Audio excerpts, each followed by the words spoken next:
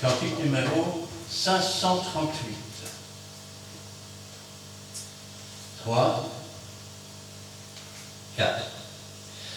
Veux-tu briser du péché le pouvoir?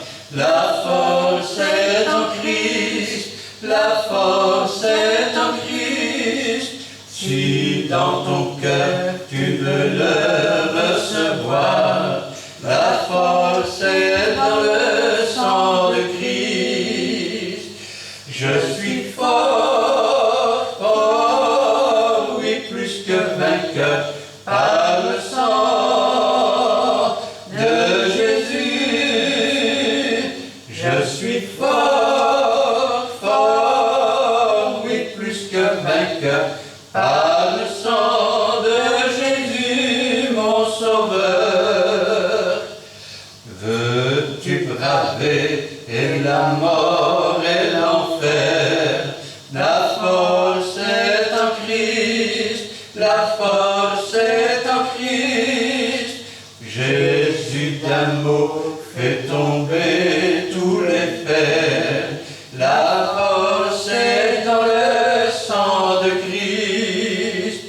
Je suis fort, fort, oui, plus que vainqueur, par le sang de Jésus.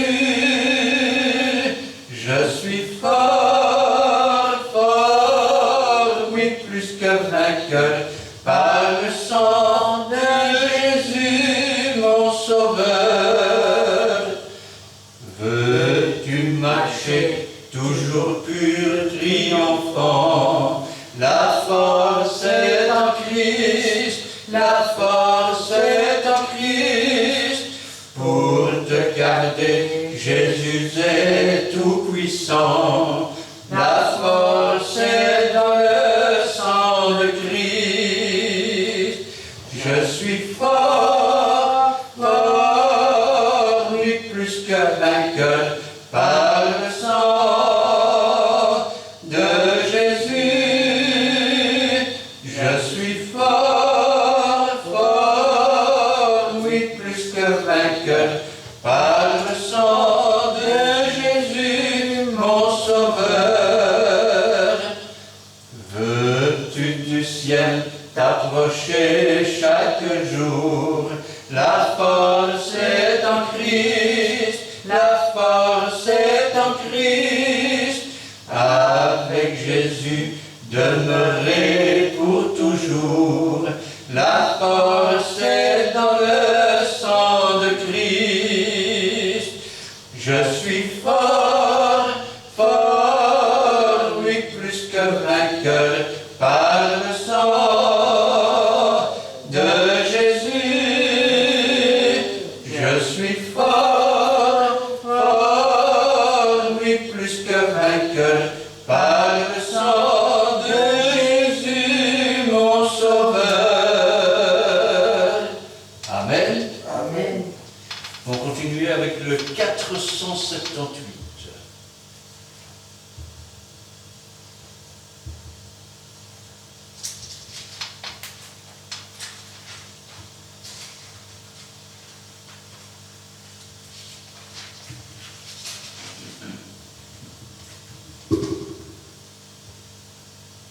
3,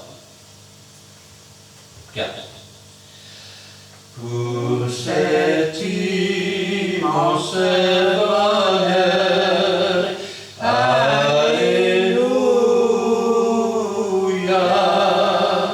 que tu as mis dans mon cœur, alléluia.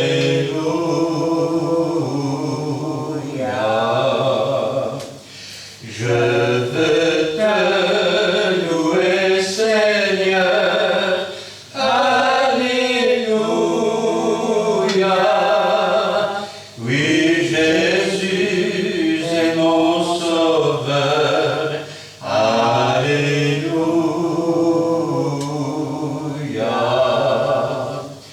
Je le redirai encore, alléluia. Que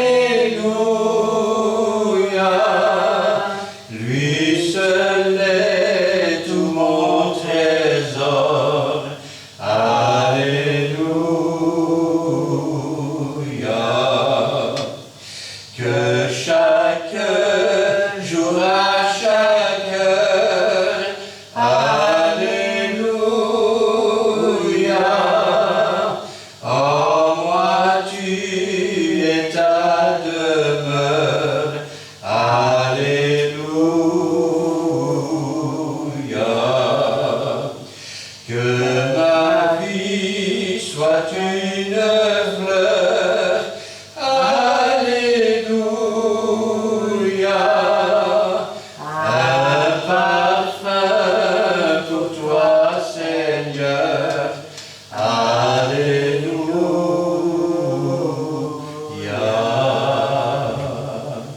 Amen. Amen.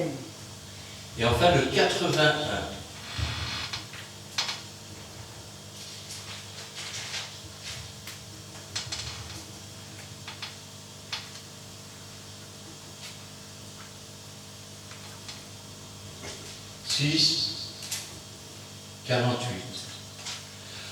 Oh Christ, j'ai la lumière qui me conduit, la paix qui sur la terre toujours me suit, la joie qui m'épure l'espérance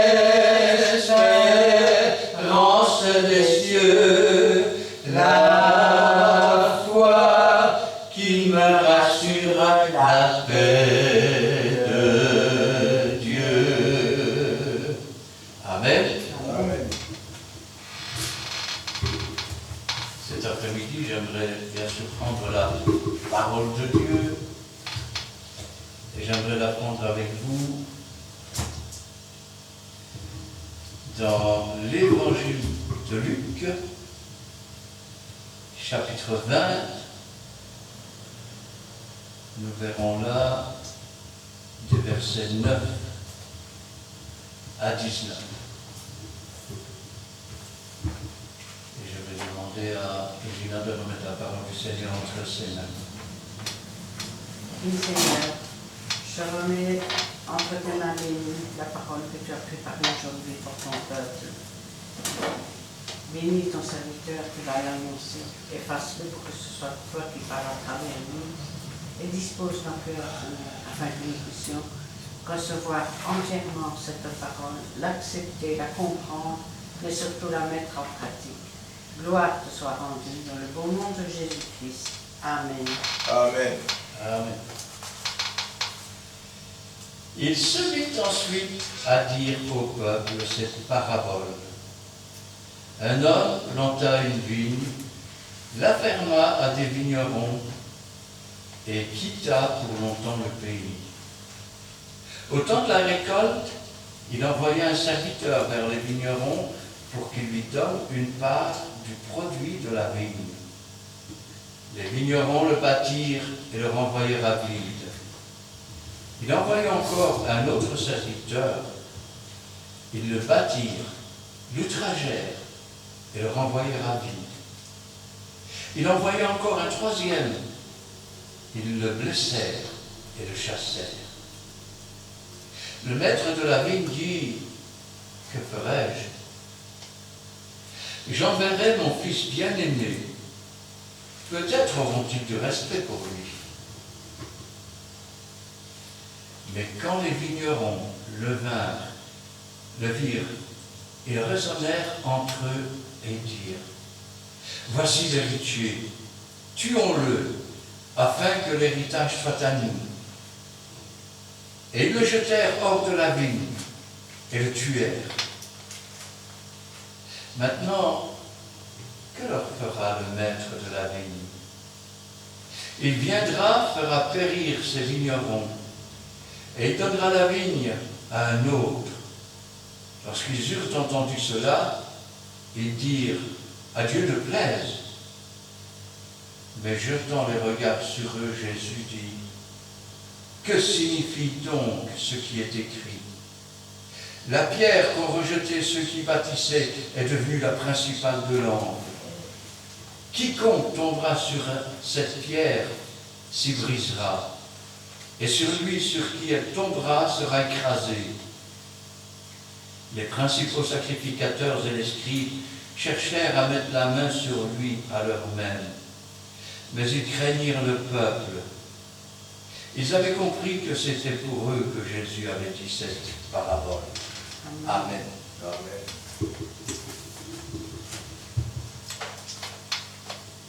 Jésus, selon même les prophéties qui étaient annoncées, ne leur parlait pas ouvertement. Il parlait souvent en parabole. Pour ceux qui n'ont pas fait d'études, une parabole, c'est ce qu'on met pour, je vais dire, capter les ondes. Vous remarquez, c'est une demi-sphère concave. Et chaque rayon, ou plutôt chaque onde, qui tombe sur ce qu'on appelle la parabole, est redirigée vers un point précis, qui est le récepteur, l'antenne. De même, quand Jésus fait une parabole, en wallon on dirait il tourne autour du pot. Ou plutôt, il leur raconte une histoire pour leur faire comprendre autre chose. Un homme planta une vigne, la ferma à des vignerons et quitta pour longtemps le pays.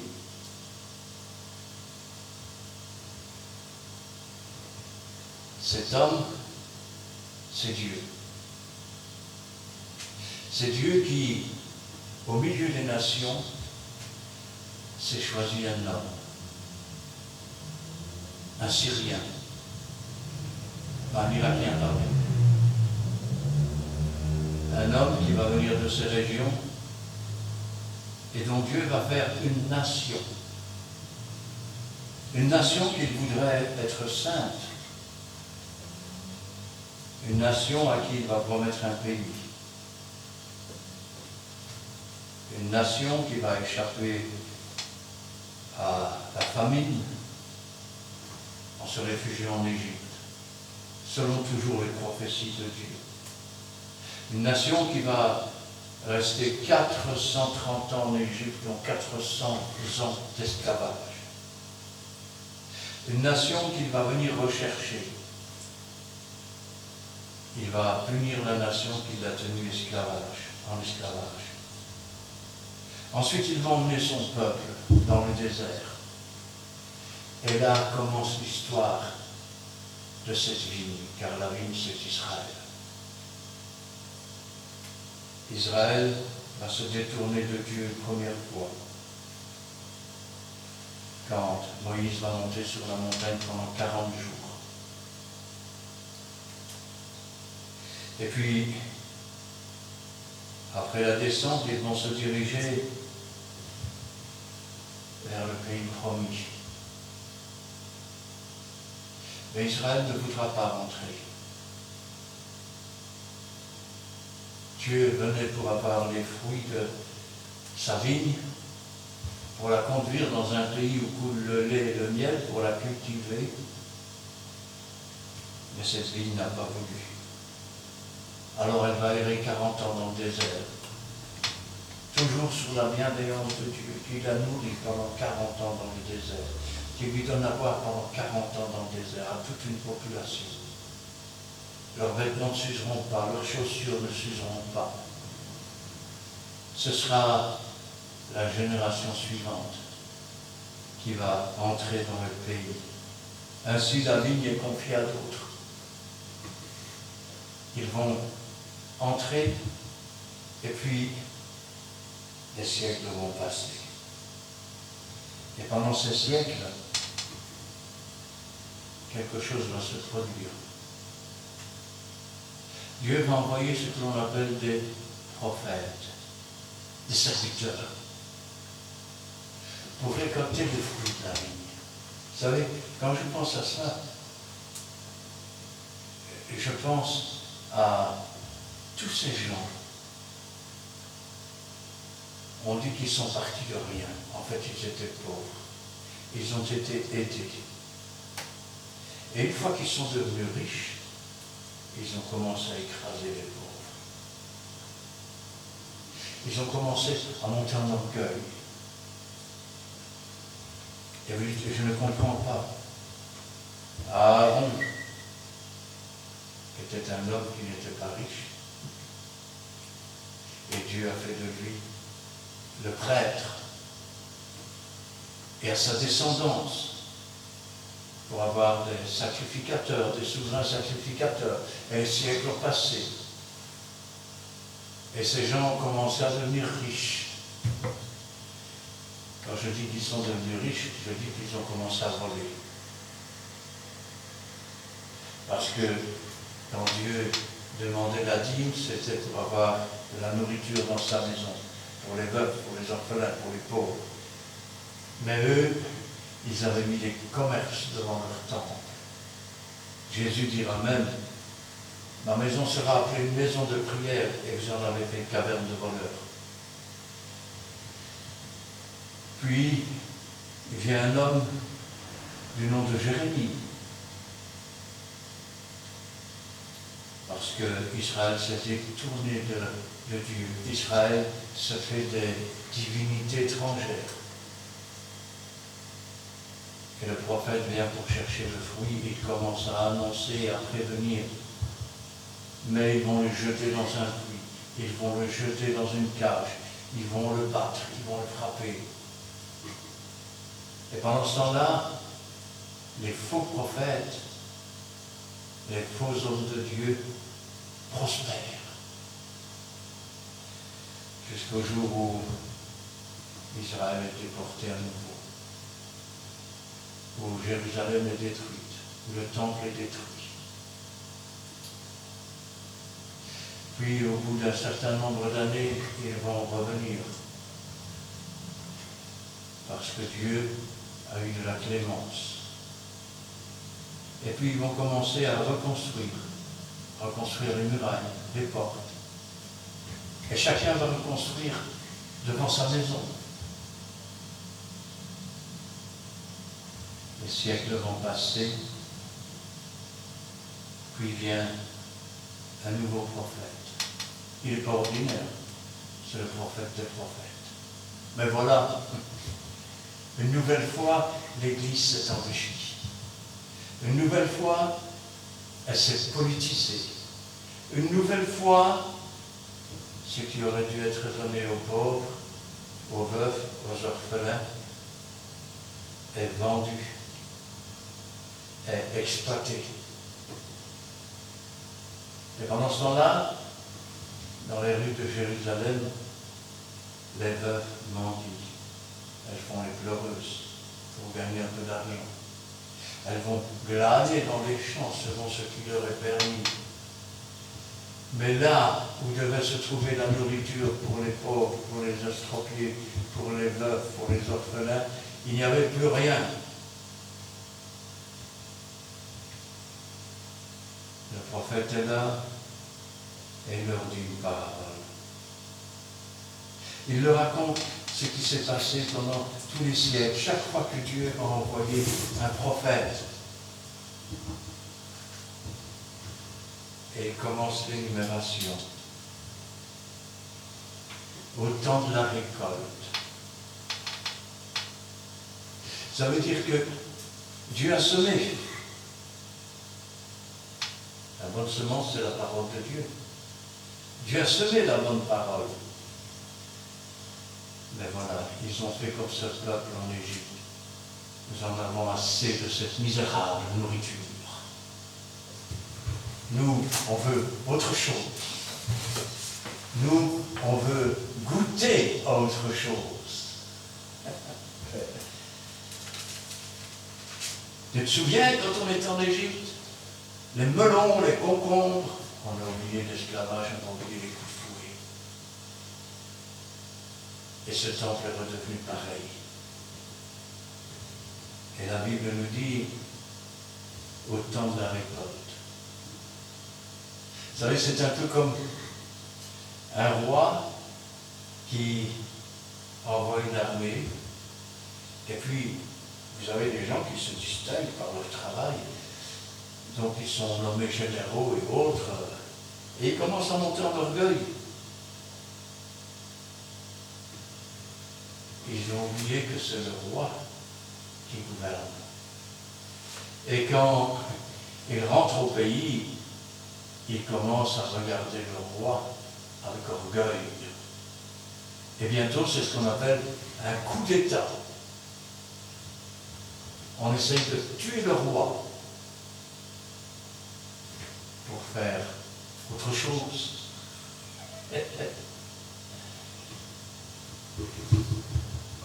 Vous dites, je ne comprends pas la parabole. Alors, on comprendra qui voudra, et vous le verrez bientôt. Au temps de la récolte, il envoya un serviteur vers les vignerons pour qu'il donne une part du produit de la vigne. Pour qu'il donne une part du produit de la vigne. Quelle est la part qui revient à Dieu? Quelle maison pourriez-vous bâtir, dit Dieu? Toutes ces choses, ce sont mes mains qui les ont faites. Quand comprendrez-vous que quand vous croyez offrir à Dieu, en fait vous n'offrez rien, vous ne pouvez donner que ce que Dieu met à votre disposition. Alors, dans l'Ancien Testament, il est écrit « Comment rendrai-je à l'Éternel tous ses bienfaits ?» Comment rendrai-je à l'Éternel tous ses bienfaits? Qu'est-il en droit de récolter? Il est en droit de récolter la louange. Il est en droit de récolter notre travail. Parce que rappelez-vous que même quand il nous met dans le champ pour travailler, c'est lui qui conduit nos pas. C'est encore Dieu le Saint-Esprit qui convainc de péché, de justice, de jugement. Nous n'avons été que des instruments dans un champ, comme la bêche, comme la houlette, comme la serpe, comme la faux. Nous ne sommes que des instruments. Celui qui tient l'instrument dans sa main, c'est le véritable vigneron. Et nous ne pouvons que remercier Dieu et être honorés que Dieu ait pu prendre des choses aussi insignifiantes que nous, aussi sales, aussi boueuses, et de les avoir retirées de la boue, de les avoir lavées, de leur avoir donné une robe blanche, de les avoir traités mieux que les mercenaires, comme des véritables enfants. Enfants qu'il dirige, enfants qu'il conduit, enfants qu'il garde dans sa main, sur les épaules desquels il met jamais des choses qui peuvent dépasser ce qu'ils peuvent supporter. Enfants auprès duquel il met son ange, qui campe autour d'eux afin de les protéger du danger. Et voilà, il vient pour la récolte. Les vignerons le bâtirent. Ceux qui avaient été établis ont commencé à frapper le serviteur envoyé par le propriétaire. Chaque fois que vous faites du bien à un enfant de Dieu, Jésus a dit c'est à moi. Amen. Chaque fois que vous battez un serviteur de Dieu, c'est Jésus qui vous frappez.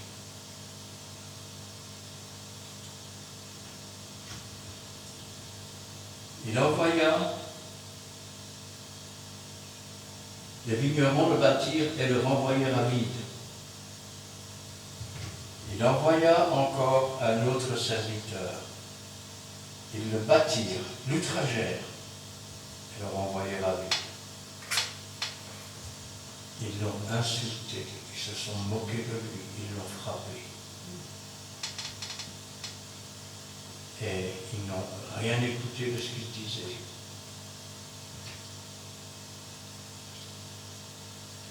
Il envoya encore un autre serviteur.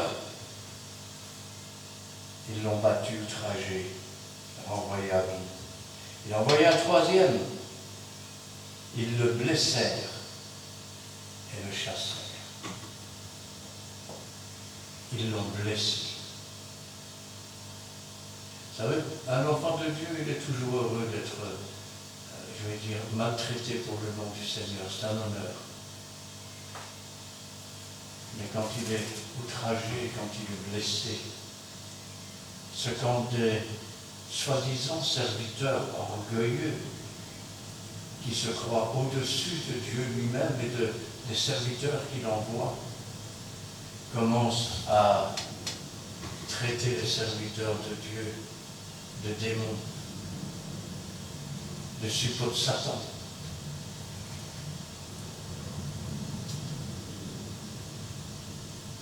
Le maître de la vigne dit, qu'est-ce que je peux faire? J'envoie des serviteurs, voilà ce qu'ils font avec. Il n'y en a aucun qui écoute quoi que ce soit. Nous pourrions dire autrement. La vigne s'est détournée de Dieu. Elle s'est détournée de Dieu. Les responsables se sont détournés de Dieu. Qu'est-ce que Dieu peut faire? S'il envoie un serviteur, on ne l'écoute pas. Il est renvoyé à vide. Autrement dit, vous savez, combien de fois j'ai entendu, à quoi ça sert? J'ai beau leur parler de Dieu, ils n'écoutent pas. Le serviteur est renvoyé à vide. Alors, si c'est ton cas, j'ai quand même une bonne nouvelle pour toi. Parce que là où Dieu t'envoie pour parler, il ne t'a pas promis que tous se convertiraient, il ne t'a pas promis que tous accepteraient. Mais si maintenant tu dis, j'en ai marre, c'est fini, je ne fais plus rien, après tout ça sert à quoi? De toute façon, il n'accepte pas. Dis-toi bien que celui qui n'accepte pas, Dieu t'envoie près de lui. D'abord parce qu'il va peut-être ne pas accepter quand tu lui parleras, mais l'un sème, l'autre arrose. Et donc ce n'est pas l'affaire simplement d'un ouvrier. Et la deuxième chose, c'est qu'un jour quand il se présentera devant Dieu et qu'il dira je ne savais pas, Dieu le répondra dans cet instant-là. Et Dieu lui dira, tu vois mon serviteur, il te parle, et qu'est-ce que tu fais? Tu le renvoies vite. Tu le frappes de tes paroles méchantes. Vous savez, on ne sait jamais ce que Dieu peut faire. Un jour, je me trouvais dans on appelle ça une baraque, mais c'est une espèce de caravane de chantier. Et nous étions en train de dîner. Et souvent, quand je mangeais très vite. Ça prenait à peine 2-3 minutes. Et ensuite, j'ouvrais ma Bible et je commençais à lire. Et d'un seul coup, il y a un homme qui se lève dans cette roulotte, fâché. Ben, qu'est-ce que tu fais encore avec ça? Qu'est-ce qu'on en a à faire de ton Dieu? Moi, mon Dieu, c'est mon portefeuille. Tous les ouvriers étaient effarés, ils se demandaient ce qui se passait. Alors, je le regardais avec un grand sourire. Et je lui ai dit, tu sais, si Dieu ne fait pas pousser le blé,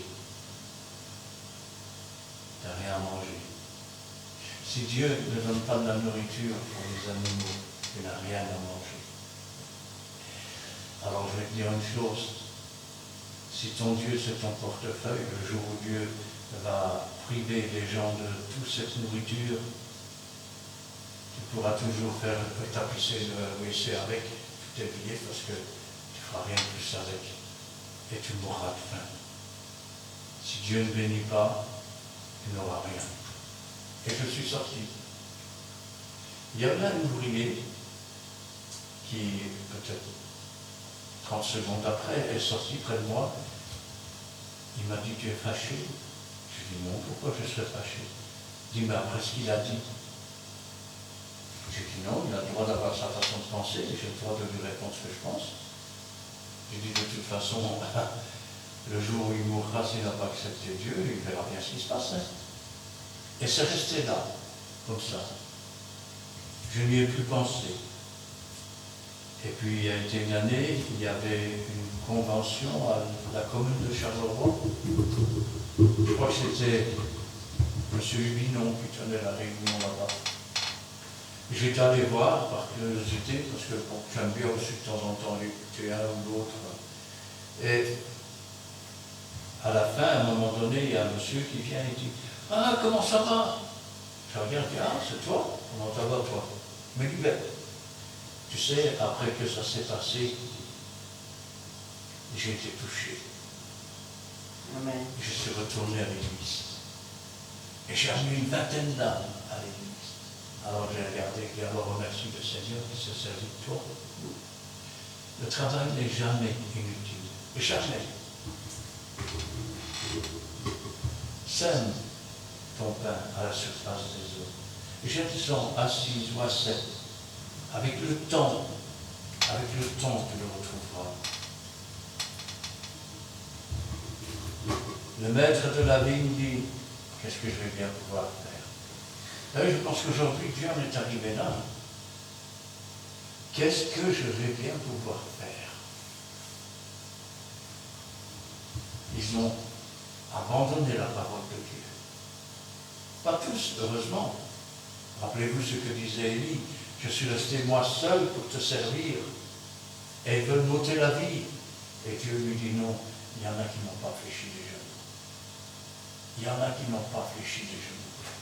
Et je pense qu'aujourd'hui, il y en a qui n'ont pas encore fléchi les genoux, mais qui ne les fléchiront pas. Ils vont rester droits devant le Seigneur. En attendant, le maître de la vigne dit, qu'est-ce que je vais faire? Comment résoudre le problème?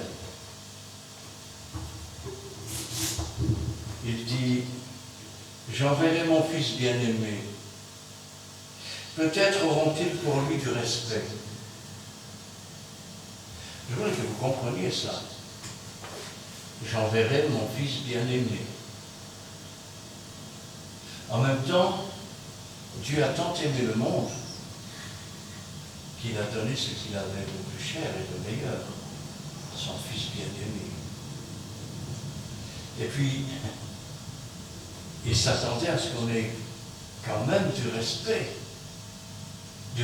pour celui qui est saint, qui est pur, qui est parfait, pour celui qui a accompli les Écritures, à commencer par sa naissance. Voici la Vierge sera enceinte, elle enfantera un fils. On l'appellera admirable, conseiller, Dieu puissant, Père éternel. Emmanuel, Dieu avec nous. J'espère qu'ils auront du respect pour lui.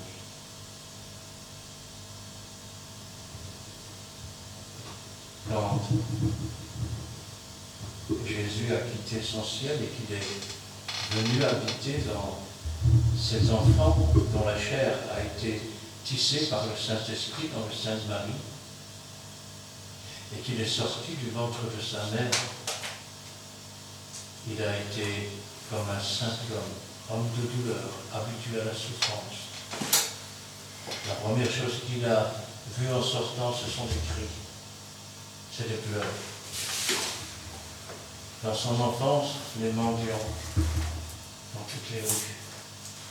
La charité, s'il vous plaît.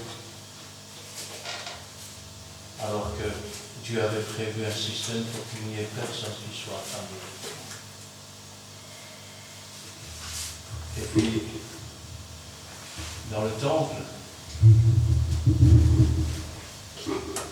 tout s'achète, même les prêtres. Vous savez, c'est un peu comme dans certains pays corrompus où on peut acheter la justice.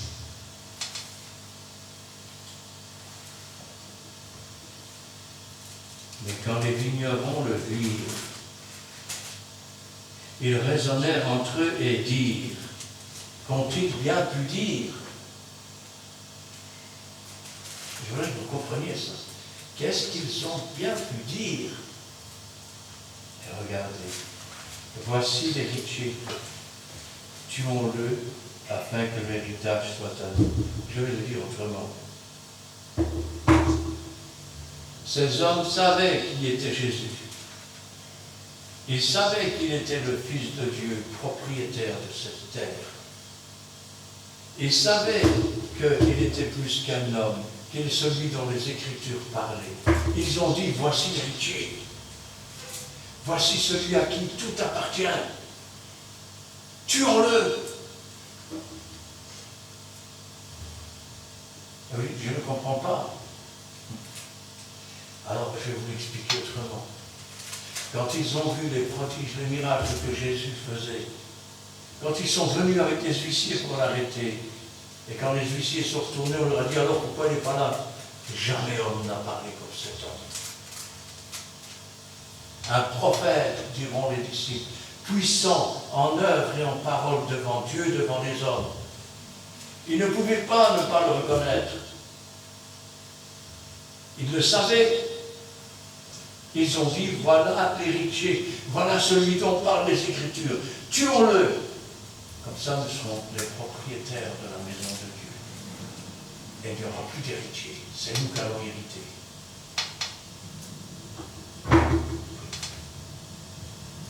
Ils étaient loin de se douter, car le diable fait toujours une œuvre, il trompe. Ils étaient loin de se douter, étant obscurcis par l'endurcissement de leur cœur, étant aveuglés par leur orgueil. Ils étaient loin de se douter que Dieu avait tout prévu. Que déjà dans l'Ancien Testament, il était marqué, ils ont percé les mains, ils ont percé les pieds.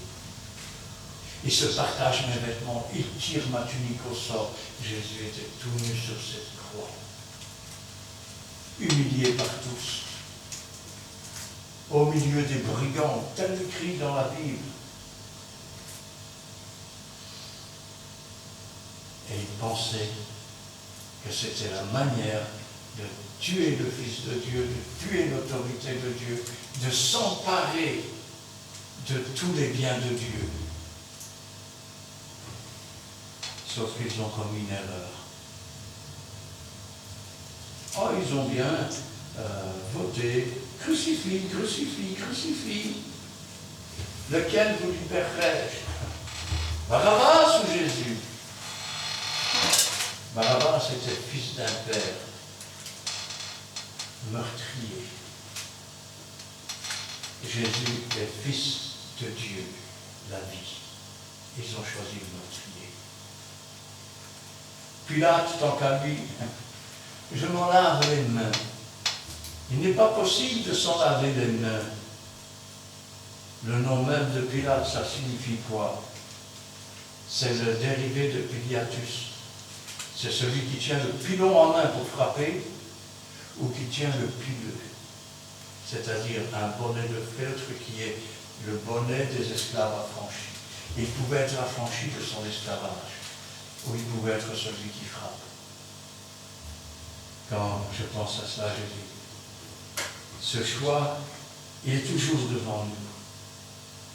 Nous pouvons devenir des esclaves affranchis par Dieu, délivrés par Dieu, renvoyés libres même si nous sommes opprimés, ou nous pouvons être ceux qui crucifient Jésus par nos œuvres, par nos actes tous les jours. Voici l'héritier, tuons-le, afin que l'héritage soit à nous.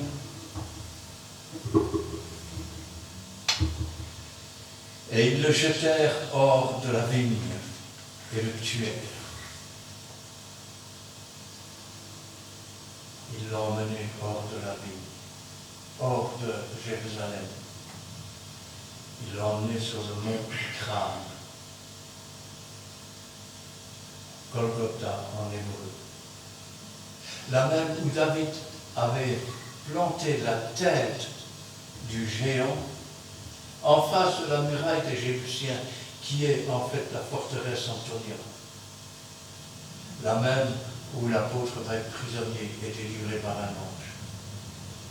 Sur ce mont Golgotha, il va être crucifié. Et de là même que la tête du géant avait été exposée, la tête du serpent va être écrasée, selon les paroles de la Bible et de l'Ancien Testament. Ils le jetèrent hors de la vigne et le tuèrent.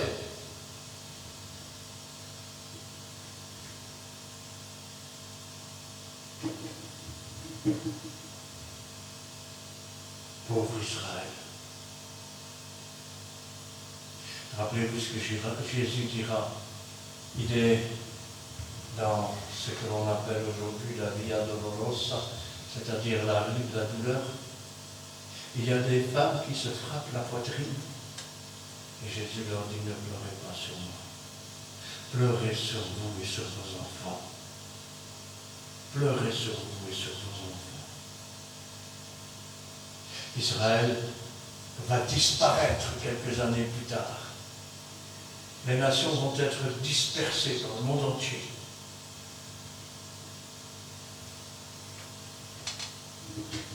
Et tout dictateur antéchrist vont même jeter des Juifs dans les fours pour les anéantir, pour les détruire, parce que conduits par Satan, comme Satan conduisait ces hommes pour détruire Jésus, pensant qu'ainsi il pourrait s'emparer du monde entier. Mais Dieu a parlé, et Dieu a dit, je les ramènerai. Et il les a ramenés. Le livre qui parle du moment où on les a ramenés de l'Égypte s'appelle le livre de l'Exode. Et le bateau qui les a ramenés s'appelait Exodus, c'est-à-dire Exode. Et Israël est rentré dans son pays. Et Israël a continué. Et continue encore aujourd'hui. Seuls quelques Juifs se dressent encore aujourd'hui. Parce qu'au lieu de faire le Shabbat, Sabbato, le samedi, jour de repos pour Dieu, ils font du commerce. Ils font du commerce. Au lieu de se tourner vers Dieu, leur idole est devenu un mur de pierre. Ils y mettent même leur prière, comme si le mur va écouter ou le lire.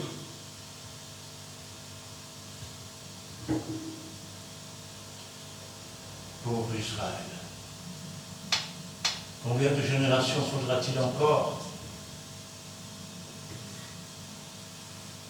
pour que Dieu, quelque part, ne soit pas obligé encore de donner la vigne ou l'autorité à la génération suivante, ou encore à la génération suivante. Dieu n'a pas abandonné son peuple, mais il s'est tourné vers les nations pour susciter sa jalousie. Comment Israël pourrait-il être jaloux quand ceux vers qui Dieu s'est tourné font la même chose que ces hommes religieux à l'époque?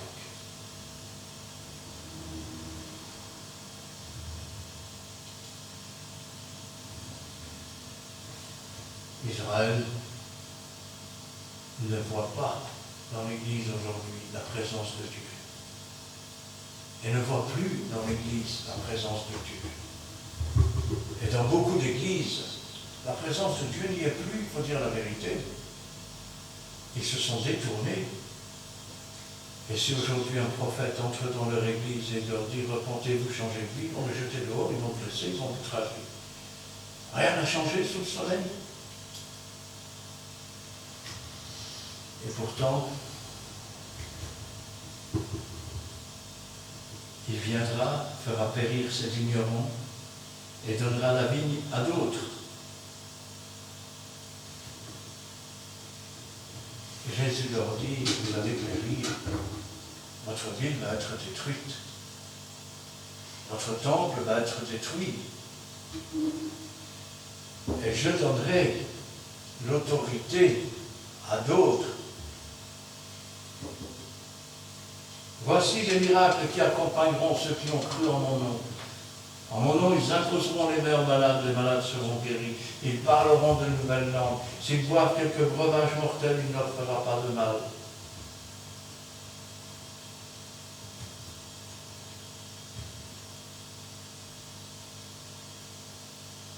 Il viendra, fera périr ces vignerons, et il donnera la vigne à d'autres. Lorsqu'ils eurent entendu cela, ils dirent, à Dieu ne plaise. Autrement dit, ça ne peut pas arriver à ça. Non. Vous savez, Pierre, à un moment donné, était avec les disciples et Jésus dit, qui dit-on que je suis? Ah, là les disciples étaient tout éveillés. Ah, il y en a qui disent que c'est un prophète, il y en a qui disent que c'est Jean-Baptiste ressuscité, il y en a... Et puis Jésus dit, et vous, qui dites-vous que je suis? Il y a alors un silence de mort. Et puis d'un seul coup, Pierre dit, tu es le Christ, le Fils de Dieu qui devait venir dans le monde. Jésus dira, tu es heureux, fils de Simon, car ce n'est pas la chair et le sang qui t'ont révélé ces choses, mais mon Père qui est dans les cieux. Jésus commence à parler de sa mort.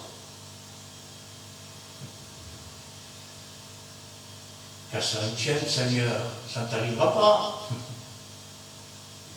Et Jésus regarde Pierre et dit, arrière de moi, Satan, tu mets en scandale. Ces hommes mettaient en scandale Jésus.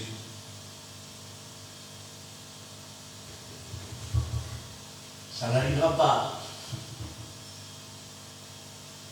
Les faux prophètes du temps de Jérémie disaient, ça n'arrivera pas.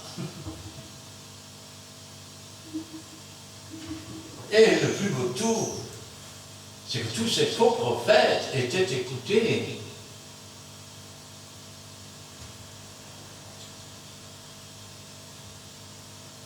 Mais jetant les regards sur eux, Jésus dit, que signifie donc ce qui est écrit?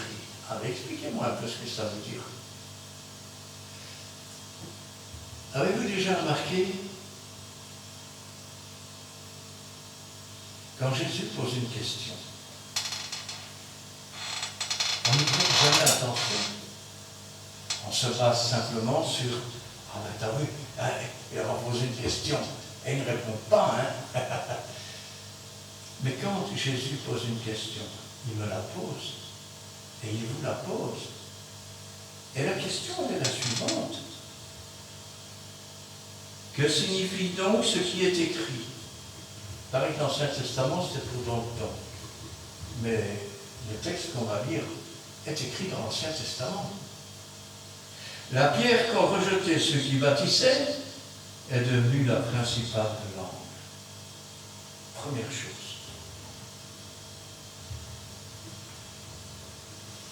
Tu veux bâtir ta vie dans la paix, dans la joie, dans la réconciliation avec Dieu.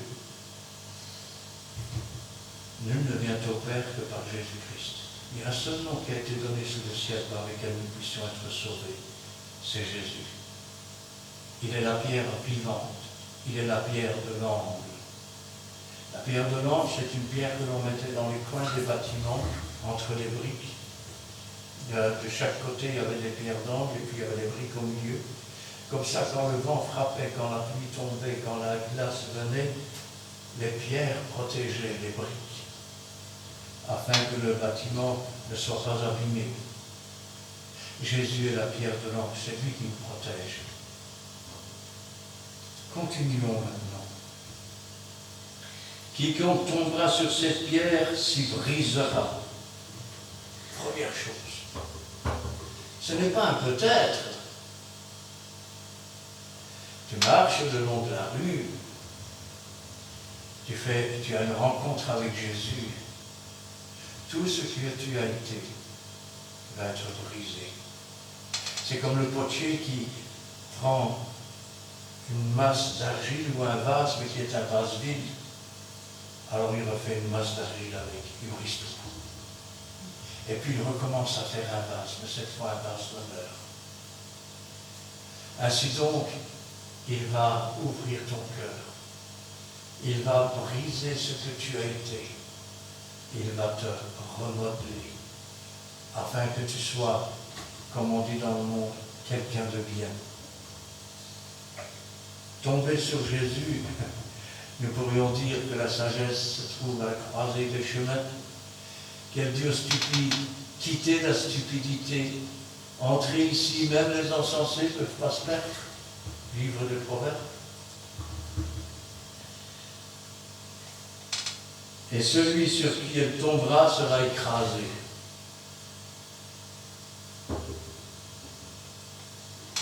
Tous ceux qui aujourd'hui font semblant, quand le fil de leur vie va être coupé, ils vont être écrasés. Écrasés par la douleur, écrasés par la souffrance. N'avez-vous jamais lu dans les prophéties que plusieurs royaumes constituant une posture de différentes matières se trouvent là? Quand soudain, une pierre se détache, sans le secours de personne, elle tombe sur les pieds de la statue, elle écrase les royaumes. C'est le retour de Jésus-Christ, ceux qui met son pied sur le mont des Oliviers et qui combat tout seul. Et bientôt, la statue ne fut plus trouvée. Et cette pierre devint une grande montagne.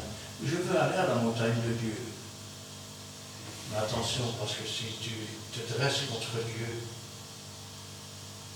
cette pierre tombera sur toi et tu seras écrasé. Israël a essayé, il a été écrasé. Il a été écrasé. Il s'est détourné, Dieu l'a écrasé. Il a invoqué Dieu dans sa souffrance et Dieu l'a relevé. Si maintenant tu es dans la résistance contre Dieu, si maintenant tu es dans la désobéissance contre Dieu, invoque-le. Laisse-toi briser par le Seigneur de leur façon. N'attends pas qu'il soit trop tard et que tu sois écrasé par le remords et par la douleur et par le trouble. Les principaux sacrificateurs et les scribes. On ne parle pas ici de gens du peuple. On parle des principaux sacrificateurs et les scribes, ceux qui écrivaient, promulguaient les lois ou les actes notariés. Ah Seigneur, Jésus-Christ a fait de nous des sacrificateurs pour Dieu son Père. Et ce sont les sacrificateurs qui agissaient de cette façon. Je voudrais que vous compreniez, ce ne sont pas des étrangers. Un jour, on lui dira, mais d'où viennent ces marques dans ta main? Il répondra, ce sont ceux de ma maison. Ce sont ceux de ma maison. L'ennemi ne se trouve pas toujours dehors. L'ennemi se trouve parfois dans la maison. L'ennemi se trouve parfois sur une tribune en train de prêcher, ou dans les rangs, où les ennemis sont en train de détruire le troupeau. Ils viennent en apparence de brebis, mais au-dedans ce sont des loups qui dévorent le peuple de Dieu. Les principaux sacrificateurs et les scribes cherchèrent à mettre la main sur lui à leur même. Ils voulaient déjà l'attraper pour le tuer. Et pourtant, nous voyons dans ce récit qu'ils savaient très bien. Le petit Jean, non. Certains peut-être se disaient, ça doit être un prophète, ou il est fils de Dieu, sinon on ne peut pas faire les choses qu'il fait. Mais eux qui étaient érudits dans la parole de Dieu savaient que Jésus était le Christ. Et ils l'ont tué volontairement pour s'emparer de l'héritage. Vous savez, c'est comme ce magicien qui, après avoir vu que le Saint-Esprit pouvait être donné par l'imposition des mains, il pensait qu'il pouvait donner de l'argent et recevoir ce pouvoir. D'autres ont pensé pouvoir tuer Jésus et recevoir le pouvoir. Les principaux sacrificateurs et les scribes cherchèrent à mettre la main sur lui à l'heure même. Mais ils craignirent le peuple. Vous savez que dans cette seule phrase, on trouve toute la faiblesse de ces sacrificateurs. Pourquoi ont-ils permis certaines choses? Pourquoi se sont-ils détournés petit à petit? Pourquoi ont-ils péché d'une façon ou d'une autre? Parce qu'ils craignaient le peuple. Ils n'ont pas compris que s'ils voulaient que le peuple s'attache à Dieu et que ce peuple devienne glorieux, il ne fallait pas tricher. De même, ils n'ont pas pu attraper Jésus et le tuer parce qu'il y avait le peuple. Ils avaient peur du peuple. Un prophète, quand il entre dans un endroit et qu'il dit ainsi par l'Éternel, il sait que le peuple va se dresser contre lui. Il sait que les dirigeants vont se dresser contre lui. Et pourtant, il n'a pas peur. Il n'a pas peur. Parce que le prophète sait que celui qui est avec lui est plus grand que celui qui est dans le monde. Amen. Il ne craint qu'une chose, c'est de déplaire à son Dieu. Quand je pense à cela, je dis, Seigneur, donne-nous des serviteurs qui n'auront pas crainte ni de la foule, du camp du raton, ni même de la méchanceté, et qui ouvriront leur bouche pour que le Saint-Esprit la remplisse. Ainsi donc, ouvre ta bouche, dit Dieu, et je la remplirai. Ne cherche pas ce que tu auras à dire, cela te sera donné à l'heure même. Ils avaient compris que c'était pour eux que Jésus avait dit ces paroles. Ils savaient qu'il était le Fils de Dieu. Ils savaient que c'était pour eux que ces paroles étaient dites. Ils auraient pu se repentir. Ils auraient pu demander pardon. Ils auraient pu chercher la face de Dieu. Mais ils étaient devenus tellement imbus d'eux-mêmes, comme les généraux dont je parlais au début, et qui, une fois revenus de la guerre et ayant reçu des récompenses, ils viennent pour tuer le roi et prendre sa place. Aujourd'hui, beaucoup ont fait mourir Jésus. Je ne comprends pas. Il est mort pour nos péchés. Chaque péché, c'est un morceau de souffrance pour laquelle Jésus est venu. Aujourd'hui, beaucoup font mourir Jésus pour laisser vivre la volonté du peuple, au sein même des églises, je ne parle pas des étrangers, pour laisser vivre la volonté du peuple. Si je dis ça, tu te rends compte, ils vont être fâchés. Qui ose dire dans son église aujourd'hui, race de vipères, bande de serpents? Sont-ils les véritables prédicateurs? Aujourd'hui, ce sont des politiciens. On a une politique, nous autres. Alors, on est un peu comme des gens qui sont des conciliateurs. Nous faisons de la conciliation au profit du peuple, au détriment de la parole de Dieu. Au détriment de la parole de Dieu. Mon frère Édouard dirait c'est le gros canteur de l'évangile. Moi je dis que c'est des maquignons. Ça veut dire que ce sont des gens qui travaillent pour l'argent, ils travaillent pour la gloire, ils travaillent pour séduire les femmes, ils travaillent pour de l'argent, tout ce que vous pouvez imaginer, mais pas pour Dieu. Pas pour Dieu. Et vous croyez que Dieu ne sait pas? Dieu le sait. Dieu l'a vu. Dieu l'a entendu. Sinon, je ne serais pas là pour remettre les points sur les i. Amen. Amen. Amen. Éternel, notre Dieu, notre Père, nous te louons, nous te rendons grâce. Béni sois-tu et gloire à toi. La parole, Seigneur, c'est la vérité, c'est la vie. C'est la révélation de tes paroles qui est claire, Seigneur. C'est pourquoi je te demande que tes paroles ne retournent pas à toi sans avoir fait ta volonté. Sans avoir donné du pain à celui qui mange, mais aussi de la semence à celui qui sème, afin qu'ayant entendu, il soit capable à son tour de l'enseigner à d'autres.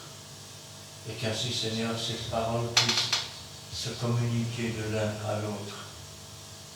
Que ton peuple, Seigneur, puisse prendre conscience de la gravité des choses, qu'il puisse se redresser et dire dorénavant, nous ne marcherons plus selon ce que nous voulons, mais nous marcherons selon ce que l'Éternel dit, ce que l'Éternel demande. Ainsi, Seigneur, Je suis qu'un humble serviteur. J'ouvre ma bouche devant toi, Seigneur, que ta volonté soit faite et que toute la gloire te revienne. Bénis ton peuple où qu'il se trouve. Bénis aussi, Seigneur, tes véritables enfants en Israël. Je ne parle pas de tout ce qui se dit Israël, lutteur avec Dieu, mais bénis ceux, Seigneur, qui luttent vraiment avec toi, pour toi et avec toi. Que ce soit, Seigneur, dans les églises qui se disent chrétiennes, ou que ce soit, Seigneur, dans le peuple juif, louange de Dieu. Pour les autres, Seigneur, je te prie afin que ton esprit convainc de péché, de justice, de jugement, qu'il n'ait ainsi aucune excuse, Seigneur, le jour où ils viendront devant toi, car il est terrible de tomber entre les mains de l'Éternel. Prépare-toi à rencontrer ton Dieu, et qu'ainsi, Seigneur, il puisse se repentir et changer de vie avant qu'il soit trop tard, et que toute la gloire t'en revienne. Gloire au Père, gloire au Fils, et gloire au Saint-Esprit. Amen. Amen. Te remercions, béni, merci éternel, Dieu, pour ta parole qui vient pour éternel. Et te bénissons encore, Père de Seigneur. Nous voici, Père de Seigneur. Nous voulons te dire et que tu nous as choisi aussi, Père de Seigneur. Vous voulez le vendre pour arracher les blés du gage, éternel Dieu. Notre Église, éternel Dieu. C'est pour cela, Père. Tu avais accompli toutes choses sur la croix. Voilà, c'était fini, tu as été tout accompli. Maintenant que nous avons rien accompli, nous sommes tes fidèles, tes disciples, éternel Dieu, nous souvent tes enseignants. C'est pour ça, éternel. Tu as accompli toutes choses, bonnes choses pour nous. Tu as enlevé le propre qui était en nous, éternel. Sur la croix, tu avais dit que c'était accompli. Merci pour ta bonne parole, éternel. Une nouvelle des royaumes, éternel. La parole de Dieu est vraie. Enseigne-les aux autres, capable de dire sans col, de l'enseigner aux autres. Et tu as dit l'homme de l'art disciple. Nous avons fait, Seigneur, dans ta parole qui est si puissante. Merci pour ta gloire. Merci pour tout et en tout, éternel Dieu. C'est pour cela que nous voulons te laisser notre chemin de retour. Le temps de mettre qui demande encore de bénir ici. Chaque famille représentée ici. C'est pour cela aussi que nous voulons te lever cette prière dans le nom précieux de notre Seigneur Jésus-Christ. Amen. Amen. Merci Seigneur pour cet instant béni passant ta présence. Merci pour ta parole d'aujourd'hui. Pour que cette parabole sur les vignerons que tu nous as adressée par la bouche de ton serviteur. Donne-nous, Seigneur, de mettre en pratique ton enseignement, cette parole qui est vraie. Donne-nous de ne pas te renvoyer à vide, mais au contraire, Seigneur, de t'accepter, car tu es notre Dieu et notre Père, car nous t'avons déjà outragé, Seigneur, jadis, Seigneur, quand tu t'es sacrifié pour chacun de nous sur la croix du Calvaire, qui a tout accompli, Seigneur, qui a pris sur toi le jugement de nos péchés. Donne-nous, Seigneur, d'être reconnaissants vers toi et de ne pas oublier ce que tu as fait pour chacun de nous. Car de pécheurs, tu as fait de nous des enfants libres. Tu nous as appelés enfants de Dieu. C'est un honneur, Seigneur, de faire partie de ta famille. Que ton Saint-Esprit brûle en nous tous les interdits cachés, afin d'être vrai et agréable devant toi.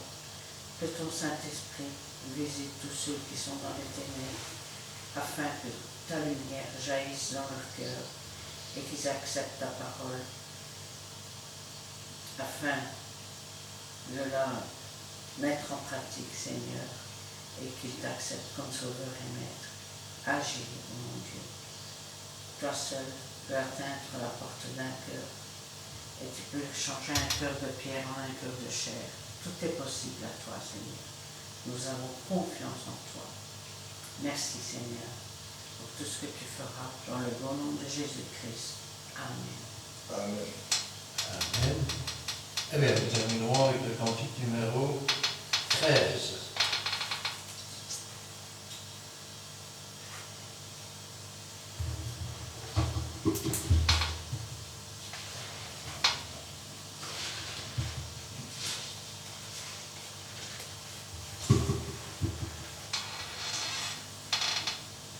Cantique numéro 13.